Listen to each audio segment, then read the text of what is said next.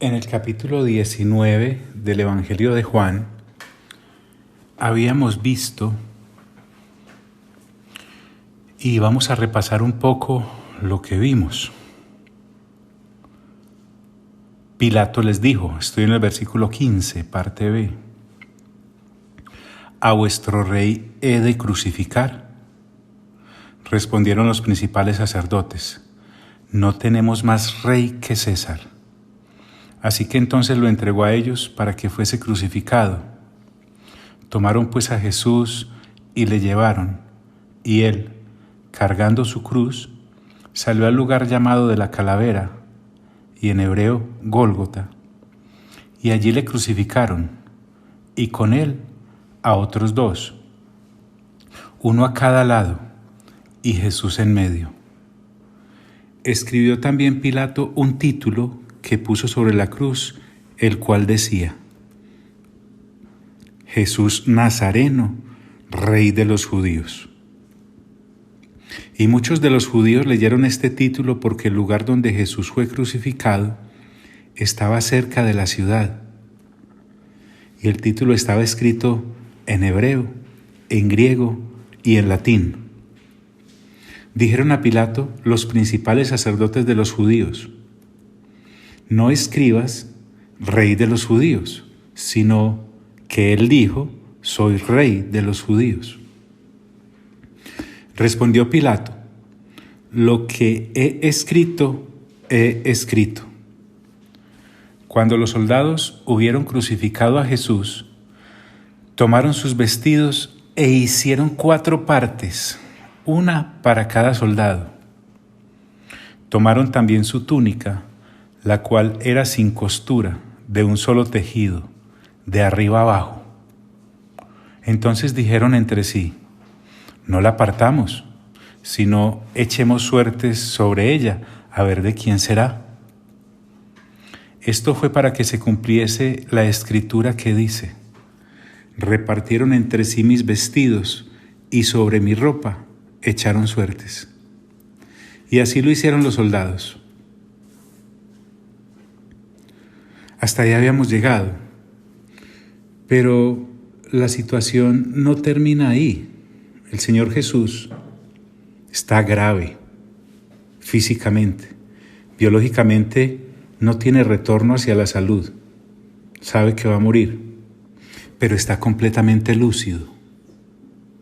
El Señor Jesús no perdió ni una sola de sus facultades en cuanto a discernimiento, en cuanto a dominio propio y en cuanto a perspectiva, no solamente hacia la eternidad para ir con el Padre, sino al cuidado que debía colocar sobre aquellos que quedaban después de su partida. Entonces este versículo 25 se levanta como un testimonio de ello.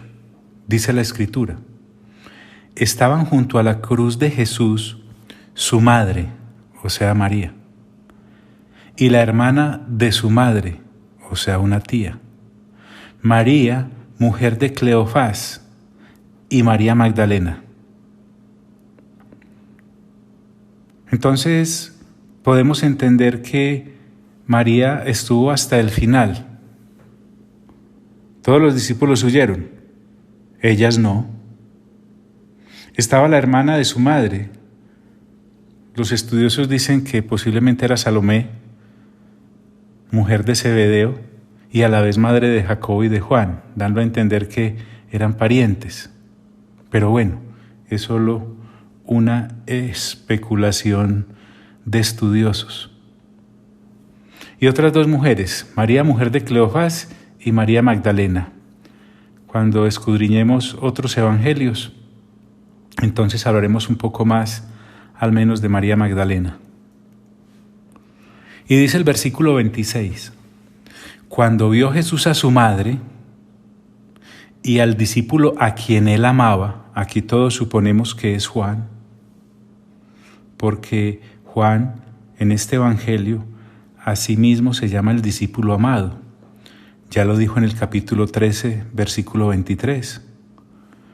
Lo está diciendo ahora en este 19, 26. Lo volverá a decir en el capítulo 20, versículo 2, en el capítulo 21, versículo 7 y luego en el versículo 20. Cuando vio Jesús a su madre y al discípulo a quien él amaba, que estaba presente, dijo a su madre: «Mujer, he ahí a tu hijo». Cuando el Señor Jesús le dice a su madre mujer, no está hablando del trato o lo está haciendo con el trato despectivo que en Occidente pudiéramos observar, no. En el Oriente es un trato cariñoso, es más, es un trato respetuoso, es más, es un trato muy íntimo, solo a nivel de familia, muy interno. Y cuando le dice con respecto al discípulo, mujer, he ahí a tu hijo, le está diciendo, considéralo como tal, como a un hijo.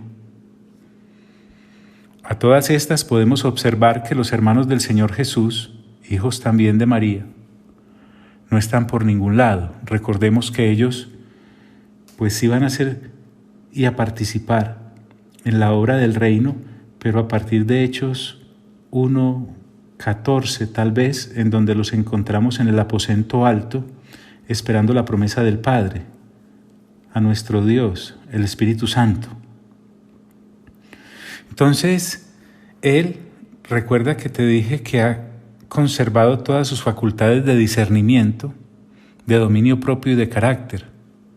Una vez le ha dicho esto a su madre, a María, le dice al discípulo. Después dijo al discípulo, he ahí a tu madre. Y desde aquella hora, dice la Escritura, el discípulo, o sea Juan, la recibió en su casa. Cuando le dice a él, he ahí a tu madre, se entiende, está bajo tu cuidado. Quiero recordarte que el Señor Jesús está en la cruz, crucificado.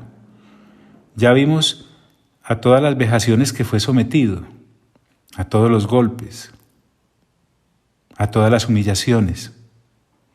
Sin embargo, está mostrándonos qué es ser buen hijo.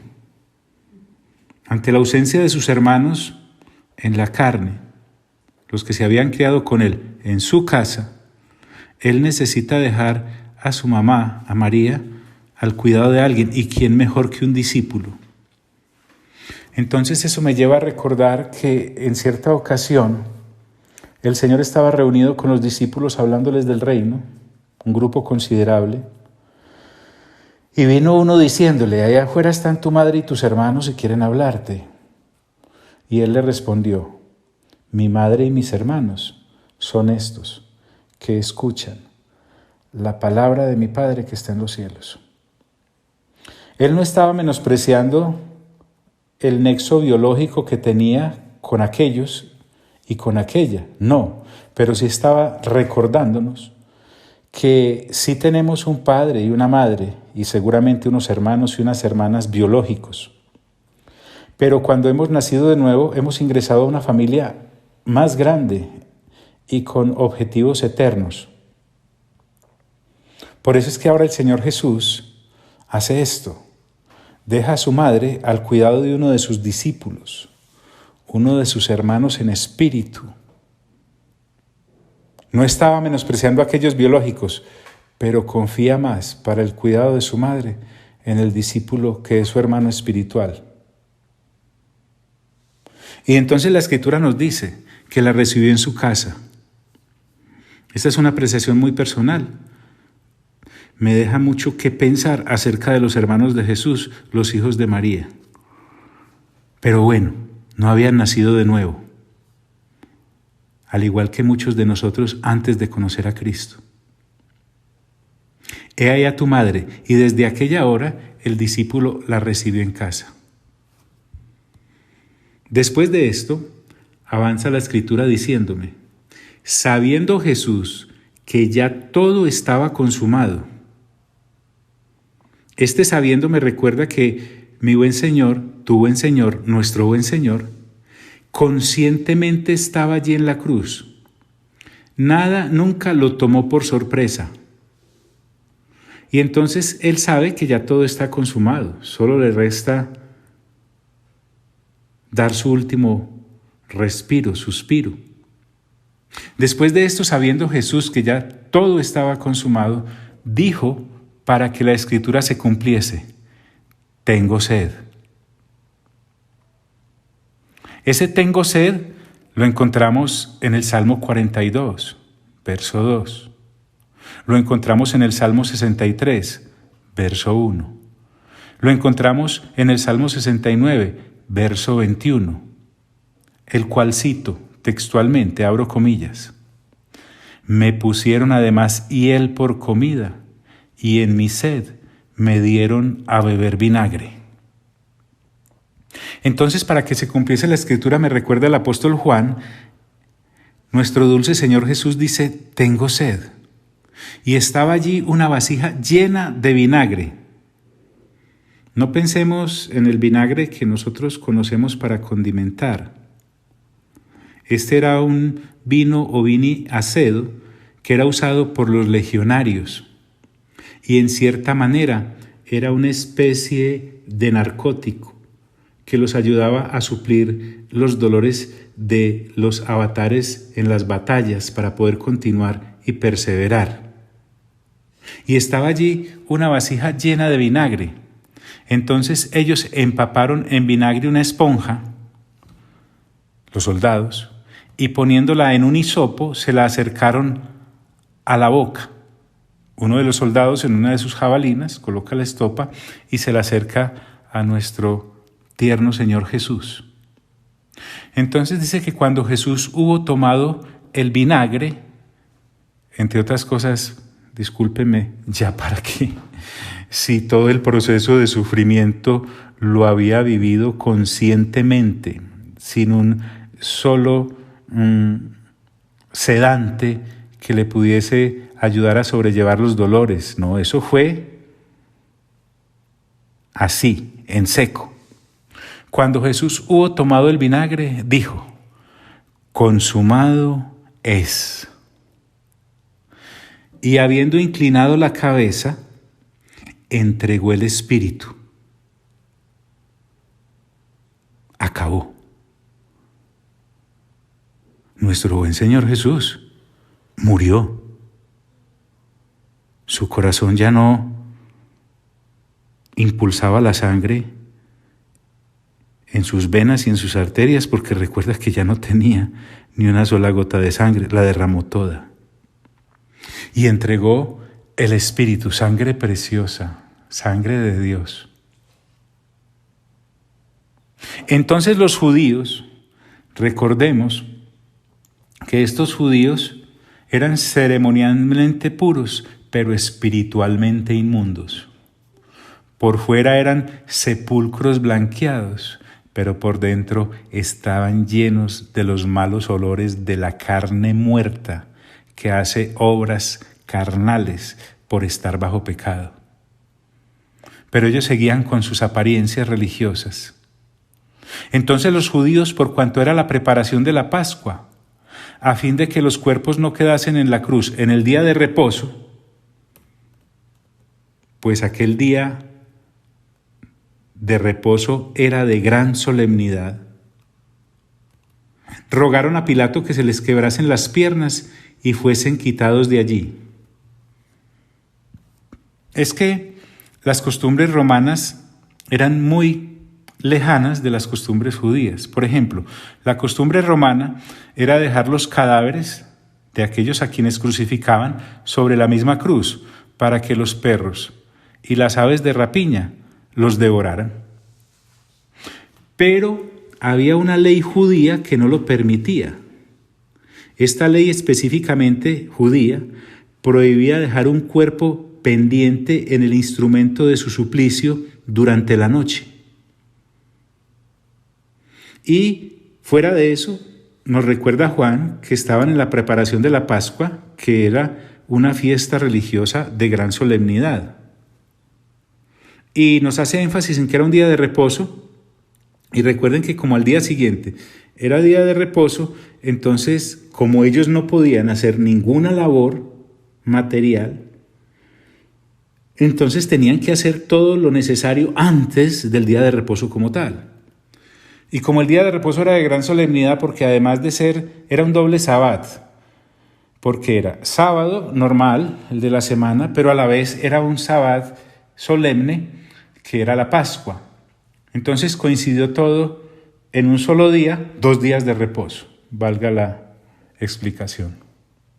Fueron entonces a Pilato y le rogaron que les quebrasen las piernas y fueran quitados de allí. Esta costumbre era brutal y era usada para apresurar la muerte de aquellos que en la cruz estaban. Y la rotura de las piernas era con un gran mazo, así de brutal. Entonces ellos están preparándose para celebrar su gran fiesta solemne, su día de reposo de gran solemnidad, pero están incurriendo en un asesinato. Y están matando al que se supone adoraban al día siguiente. Porque recordemos que la Pascua era la celebración de aquella salida que ellos tuvieron en Egipto, recordando que Moisés les ordenó de parte de Dios sacrificar aquel corderito perfecto, no le quebraban ni un solo hueso, se comían todo dentro de la casa, con su sangre untaban los dinteles y los postes de las puertas, etcétera. Si usted quiere recordar eso, vaya ya a Éxodo, por favor. Rogaron a Pilato que se les quebrasen las piernas y fuesen quitados de allí. Vinieron pues los soldados y quebraron las piernas al primero, o sea que todavía estaba vivo uno de los ladrones, el de alguno de los dos lados. Tenaz. Y asimismo al otro que había sido crucificado con él, al otro ladrón, también tenaz. Pero la Escritura es clara cuando dice: mas cuando llegaron a Jesús, al del centro, al de la cruz del centro, como le vieron ya muerto, no le quebraron las piernas. Es que la Escritura también anunció esto. Al Jesús muerto, ¿para qué le iban a quebrar las piernas? Sí, la brutal costumbre era para acelerar la muerte de aquellos que todavía no habían fallecido en tal suplicio. Ya estaba muerto. Pero, dice la Escritura, uno de los soldados le abrió el costado con una lanza y al instante salió sangre y agua. Sangre y agua. Hay un observador cristiano de nombre Joseph Mayfield que dice, abro comillas, me impresionó mucho esta observación. Esto, dice él, dice Joseph, es el testimonio de la obra completa del encarnado. El agua era el mejor símbolo de lo mejor del judaísmo que Jesús vino a cumplir, purificar. Y la sangre que se derrama es recordándonos su encarnación y que en ella hay plena redención. Y en esa plena redención se le posibilita al ser humano caído reconciliarse con el Padre para que tenga vida eterna.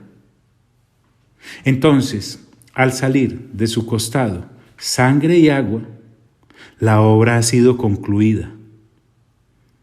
Ese costado abierto lo testifica. Ya había dicho el mismo apóstol Juan en 1 de Juan capítulo 5 versículos 6 al 8, leo textual: este es Jesucristo, que vino mediante agua y sangre, no mediante agua solamente, sino mediante agua y sangre. Y el Espíritu es el que da testimonio, porque el Espíritu es la verdad. Porque 3 son los que dan testimonio en el cielo: el Padre, el Verbo y el Espíritu Santo, y estos 3 son uno. Y estos 3 son los que dan testimonio en la tierra: el Espíritu, el agua y la sangre. Y estos 3 concuerdan. En eso entonces se apoya Joseph, este historiador citado, en el mismo Evangelio de Juan y en sus cartas. Pero uno de los soldados le abrió el costado con una lanza y al instante salió sangre y agua. Y continúa Juan en el versículo 35 diciéndonos: y el que lo vio da testimonio, y su testimonio es verdadero. Es que Juan es testigo ocular y por lo tanto es testigo veraz. Él no puede mentir.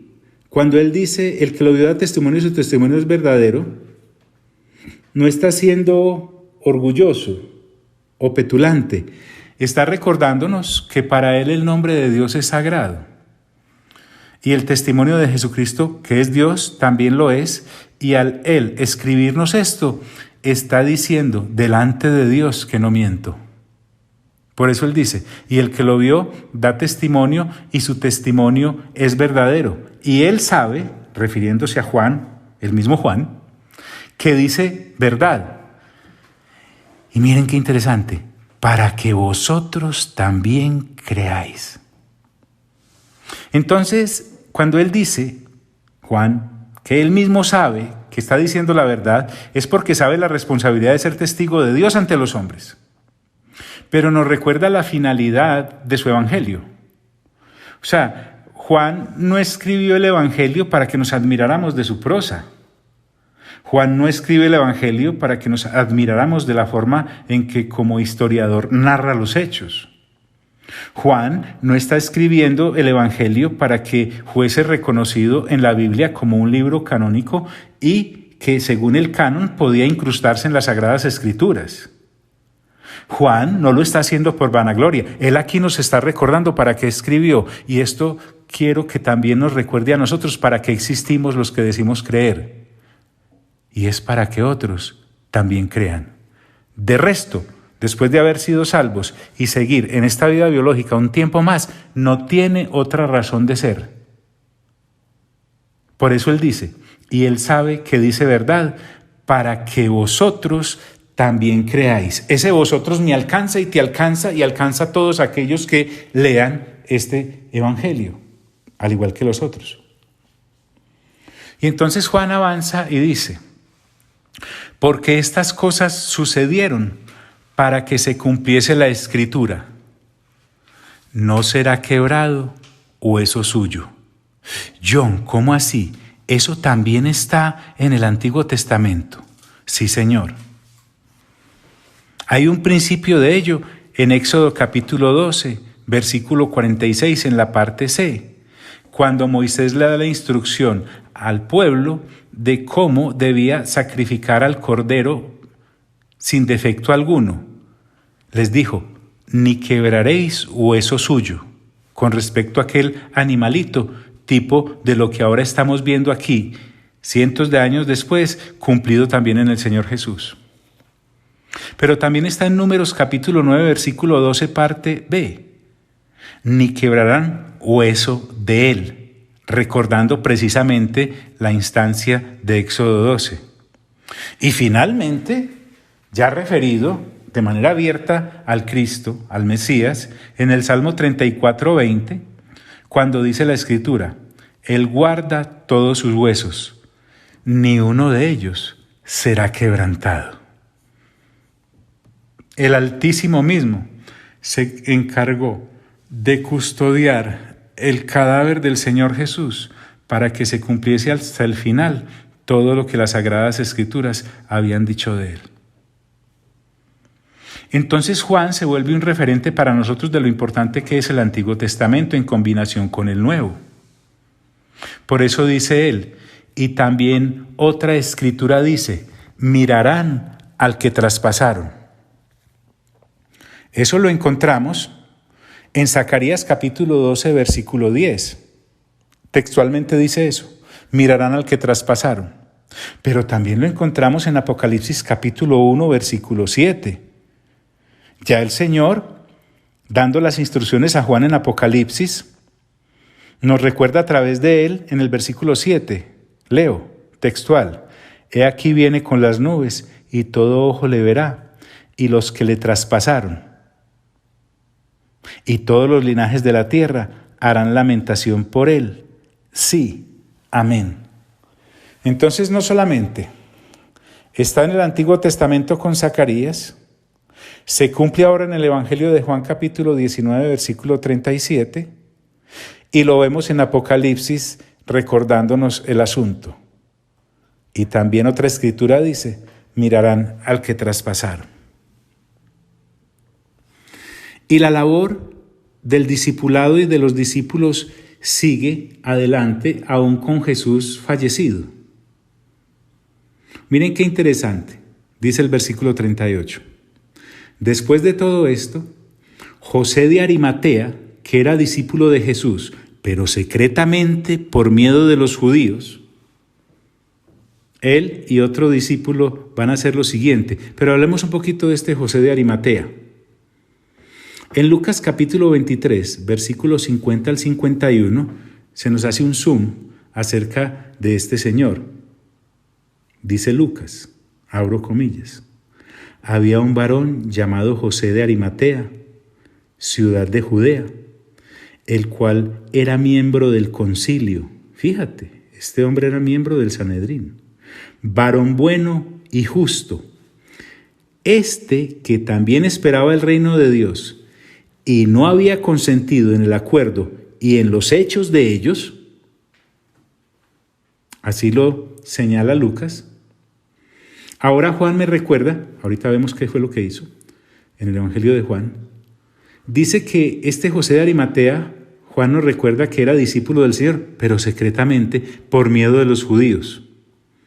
Estos discípulos secretos que uno encuentra y por los que estadios que muchos hemos pasado, tarde o temprano uno tiene que salir a la luz. Eso de ser discípulo secreto del Señor Jesús se le estalla a uno como una papeleta en la mano el día de mañana. Aquí se le estalló a José de Arimatea. ¿Por qué? Porque es que el Señor, aún fallecido, sigue trabajando en el corazón de sus hijos, aún desde ultratumba.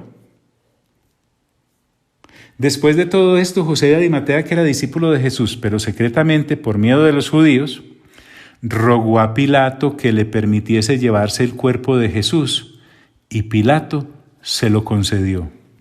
Este sí salió a la luz, pero del todo.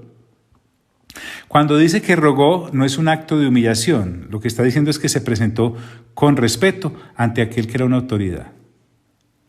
Y pidió el cuerpo de Jesús. ¡Qué noble labor! Ninguno de los discípulos lo hizo, pero este sí. Y Pilato se lo concedió. A propósito de Pilato, nada que recapacita, no lo hizo. Le entregó el cuerpo. Entonces vino José de Arimatea y se llevó el cuerpo de Jesús. Gloria a Dios. Qué momento tan íntimo y tan secreto el de este José de Arimatea con el cuerpo del Señor Jesús. También Nicodemo, hombre, aparece Nicodemo. Dice la Escritura, el que antes había visitado a Jesús de noche, recuerde, en el capítulo 3, versículo 2, es posible que esa no fuera su única visita. Además, también era miembro del concilio, en este mismo evangelio lo hemos constatado. Dice entonces Juan, también Nicodemo, el que antes había visitado a Jesús. ¿Recuerdan qué le dijo el Señor Jesús a Nicodemo en aquella ocasión? No lo dejó ni hablar, le dijo, Nicodemo, te es necesario nacer de nuevo, porque el que no nace de nuevo no puede ver el reino de Dios. Y otra vez le insistió, porque el que no nace de nuevo no puede entrar en el reino de Dios. ¿Y recuerdan a aquel Nicodemo lo que le contesta? Señor, ¿cómo uno siendo ya viejo puede entrar nuevamente en el vientre de su madre y volver a nacer? Y el Señor Jesús le dijo, ¿cómo así, Nicodemo? Tú siendo maestro, no sabes lo que te estoy diciendo. Bueno, aquí parece que ya lo entendió. Y este Nicodemo, el que había visitado a Jesús de noche en aquella vez, dice la Escritura, vino trayendo un compuesto de mirra y de áloes. Porque debemos recordar que los judíos no creman ni embalsaman los cadáveres, es costumbre de ellos. Y hasta el día de hoy la respetan. Ahora, ese compuesto de mirra y de áloes no era una muestra de esas pequeñitas sin valor comercial. Juan especifica, como 100 libras. Escuche pues, estamos hablando de 50 kilos.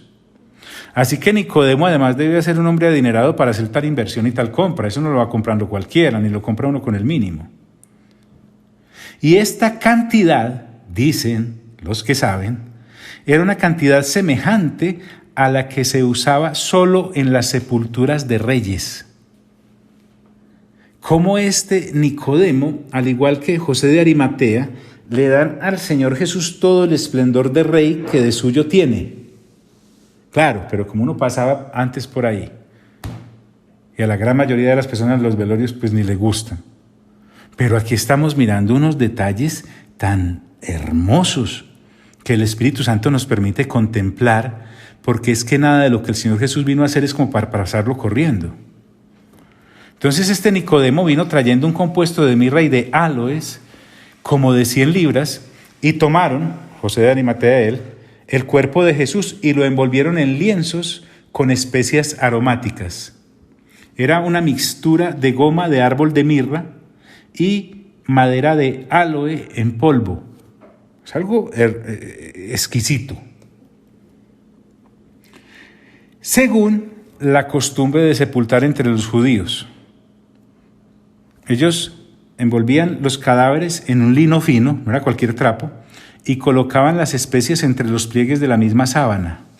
El olor debía ser exquisito. Y además, si a eso le sumamos aquella mujer que derramó el frasco de nardo puro sobre los cabellos del Señor Jesús, y eso bajó por todo su cuerpo hasta sus preciosos pies. ¡Ah! ¡Qué grato olor el del cuerpo de mi Señor! Según es costumbre de sepultar entre los judíos, y en el lugar donde había sido crucificado había un huerto cercano.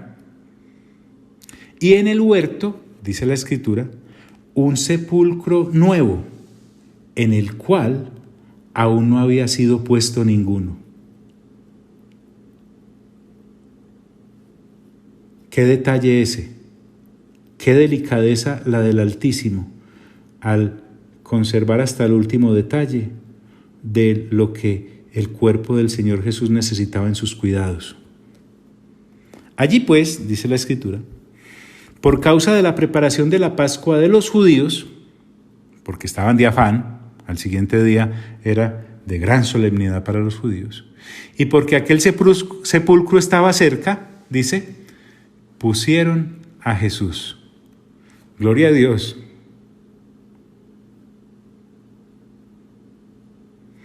Aquí hay un detalle que quiero resaltar. Vemos el trajín de los soldados y lo hemos observado. Vemos el trajín de los judíos y de los fariseos y de los sumos sacerdotes y aquí lo hemos observado. Vemos aún el trajín de los discípulos, aún aquellos que huyeron, y aquí lo hemos observado. Vemos el trajín de estos dos discípulos que se encargan del cuerpo del Señor Jesús, y aquí lo hemos observado.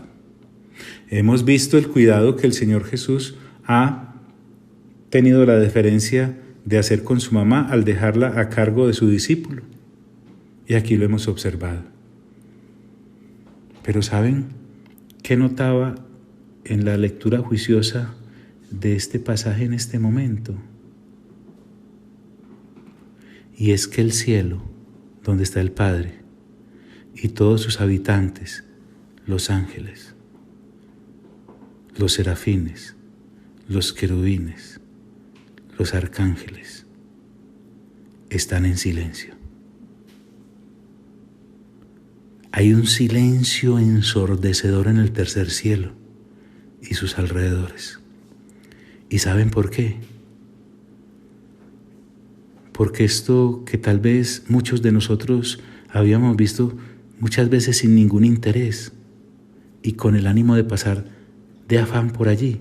Esto que estamos nosotros siendo testigos por la renovación juiciosa del entendimiento, al colocarnos el casco de la fe e ir allí hace 2000 años, a ese Gólgota. Esto nunca se había visto en el universo o sus alrededores.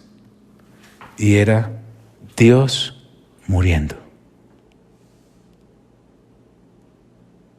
Los mismos ángeles y el ejército del Señor y sus legiones deben haber quedado mudos,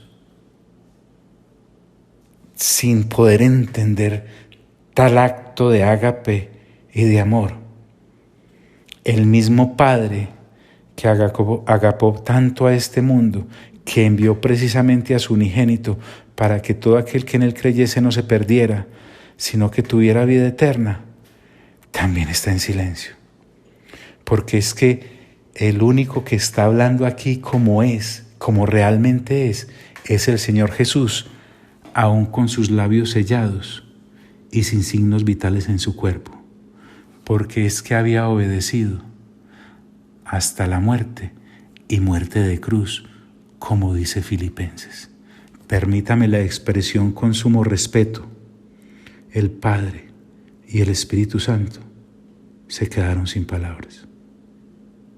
Todas sus criaturas a nivel celestial se quedaron sin palabras. Porque, repito, nunca antes se había visto algo parecido, ni siquiera similar, en el universo mismo, desde su creación y aún antes de que las cosas existieran. Amado Señor Jesús, en este capítulo, a ti sea toda la gloria, toda la honra y todo el honor, así como se te rinde gloria, honor y poder en el capítulo 5 de Apocalipsis. Amado Padre Celestial, a ti sea toda la gloria, toda la honra y todo el honor, así como se te entrega adoración en el capítulo 4 de Apocalipsis. Y amado Espíritu Santo, gracias por tu silenciosa labor de docente al educarnos a través de las Sagradas Escrituras. A ti sea toda la gloria, toda la honra y todo el honor. Y a los tres, por los siglos de los siglos, de los siglos, de los siglos. Amén.